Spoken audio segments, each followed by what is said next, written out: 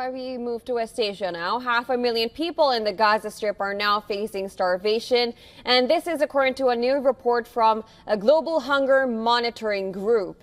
The Integrated Food Security Phase classification, known as the IPC, warns that Gaza remains at critical risk of famine, with conditions likely to worsen by the end of September.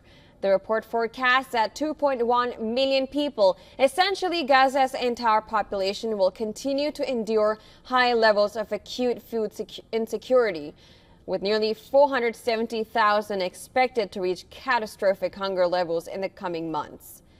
The latest analysis reflects a sharp deterioration since last October, following the collapse of a ceasefire and the resumption of Israel's military campaign against Hamas. Israel has tightly sealed the territory since early March, severely limiting the entry of humanitarian aid. Since March 2nd, the comprehensive blockade that was put in place has really prevented the delivery of essential humanitarian and even commercial supplies. So that's been restrictions on everything from food, water, medical items, fuel, and cooking gas.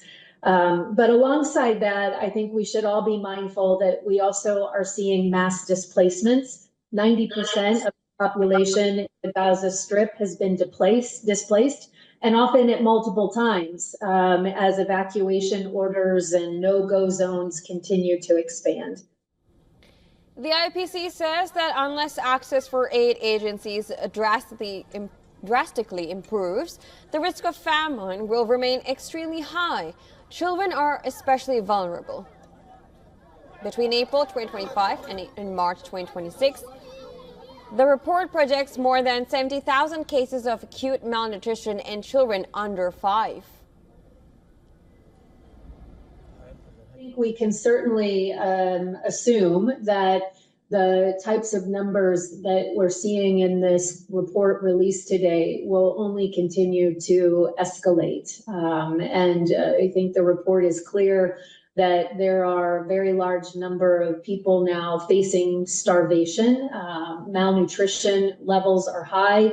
And, you know, these are the types of characteristics or the kinds of metrics that ultimately move a country into a famine situation. Israeli President Isaac Herzog urged the international community to support a new plan that would deliver aid directly to civilians, bypassing Hamas.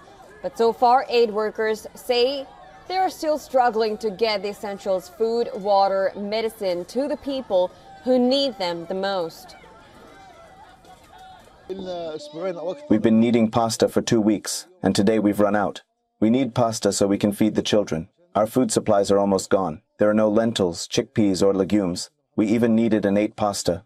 We've accepted death, bombing, rockets, and displacement. Why are they fighting our children? What is their fault? Why the children? Why the policy of starvation? They slaughtered us with starvation. They didn't slaughter us, they slaughtered our children.